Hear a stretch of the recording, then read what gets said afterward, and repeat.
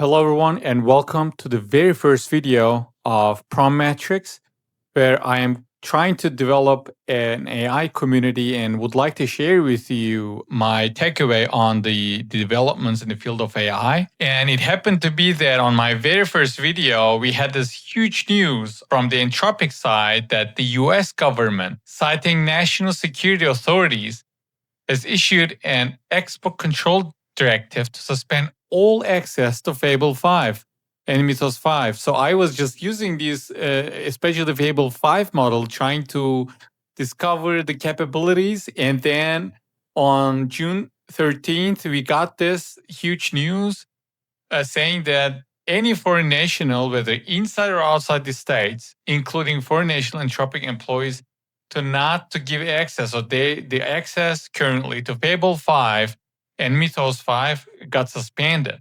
So this was absolutely huge. And that's why I wanted to have my first video on this specific issue to explain you why the US government has seen it as a threat and why they suspended the accesses. And here's also, again, a statement from the Anthropic side explaining what happened. The accesses to all other models are going to be available. It just affects these two models, Fable 5 and Mythos 5. They explain institute a safeguard, greatly reduce the likelihood that Fable is misused for tasks related to cybersecurity. And assumptions on the internet was, first of all, regarding cybersecurity, but Anthropic says that if there is no universal jailbreak, a jailbreak method that can very broadly bypass the model safeguards and blocking a wide range of cyber capabilities. So they did the analysis. They informed the community, the world, that they have not yet seen any issues with this universal jailbreak or on the cybersecurity side, basically saying it was a bit unnecessary. But obviously, from the Anthropic side, they weren't going to say, yeah, I mean, everything is smooth. We have the models is quite strong, but we still know that it's not going to unblock or unlock further potential we're not aware of. And on this issue, there has been also some Reddit comments that I wanted to share with you. One of them greatly summarized the whole issue by, again, showing that US government issued an export control directive and Anthropic received it at 5:21 p.m. Eastern time. And then what Anthropic did, that they disabled both models for all customers. Why all customers? Because currently, they don't have any process of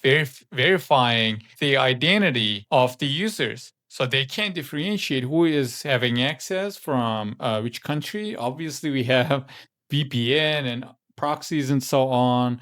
And they could basically the users could show that they are based in US, although they are not. So since there was no identity verification, they just basically said, okay, let's disable these models.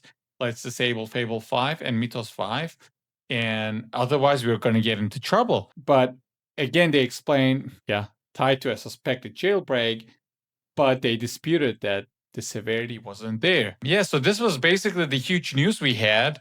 And I also want to showcase you what people built in that short amount of time where we had access to that model. And I just picked out a couple of them, but before we get into it, let me again show you how powerful Claude Mythos 5 was compared to GPT 5.5 and Gemini 3.1 Pro. This picture shows it pretty well.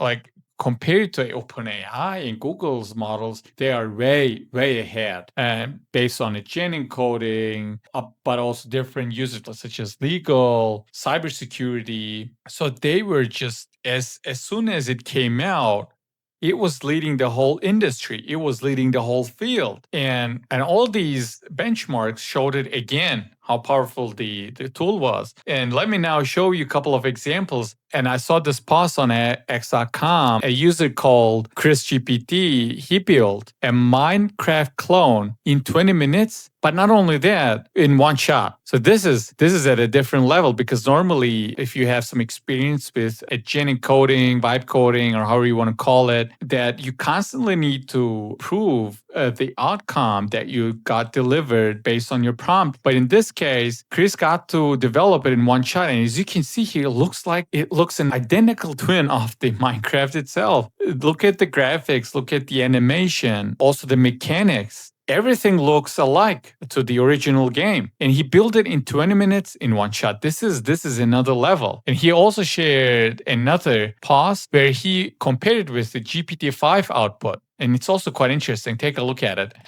So on top, we have the GPT-5, and on down below, we have the Claude 5. And you see here how rudimentary GPT-5 is looking compared to Claude 5 output. I mean, it's also looking okay, but Claude 5, the Fable model, was completely at a different level. I remember last year, as people could be able to build 2D games in maybe hours by just burning out a lot of cache, they were just thinking it was game over, right? They thought AI was going to take over the world. But imagine like in a year after what Fable 5 is now able to do, it's completely a different level. So no wonder why US government suspended the access to these two models. So here's another example. So not only on the game development, but also on the web development, it was such a powerful tool. And as you can see here, the user called Victor Adi, he built a cool looking with an amazing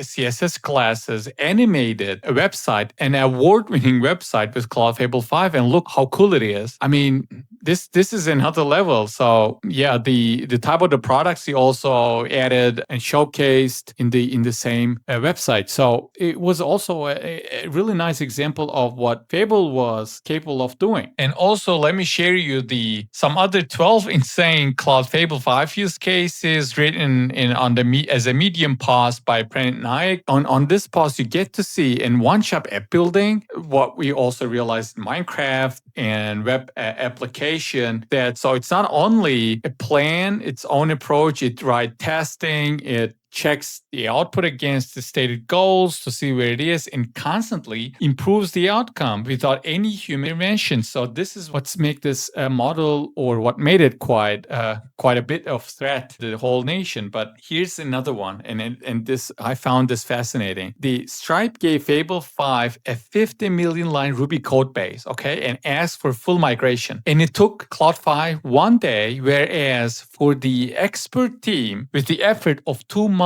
Can you imagine that a migration of 50 million line Ruby code got migrated from an expert team in 2 months, which Fable 5 pulled it off in one day? So this is obviously a big threat in an economical way. Imagine you have a tool so powerful. Obviously, it was going to also cost quite a lot, but I'm not sure about how big that team was. But 2 months of capacity, you are running a full team dedicated for a migration, 2 months. I assume it's definitely going to cost less, quite less than an effort from a whole team. So when you scale it across the industry for different usages, what are all these employees are going to be doing? And obviously, so it's not only cybersecurity problem for the US government. I believe it was also a big threat to the employment market and economical than outcomes that it was going to have, or we were going to all have. So what it did was it navigated the entire code base and found out the relationship between components and make consistent, again, run tests and self-correct through the process. So like I mentioned, it does the testing without human intervention. And that's why it's just like one-shot development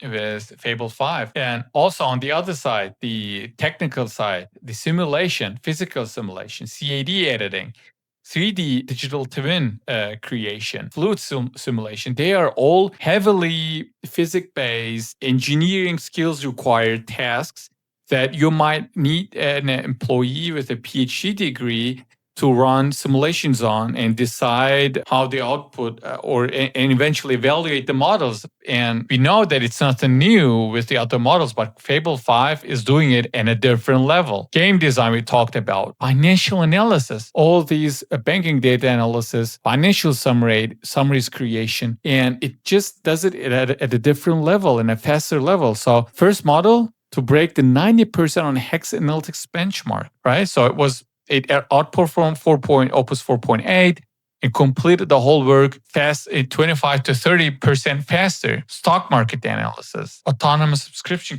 cancellation. This must be trivial compared to the other use cases, right? Marketing agent, so on and so forth. And also, like, this was also prominent for me. I've seen some video editing, some video only created by Fable 5, just again in one shot. And the quality of that video, the AI avatar, the images, the videos, they were just out of this world. They were so powerful that maybe I could show you, if we could get to have it reach again, get to have an access.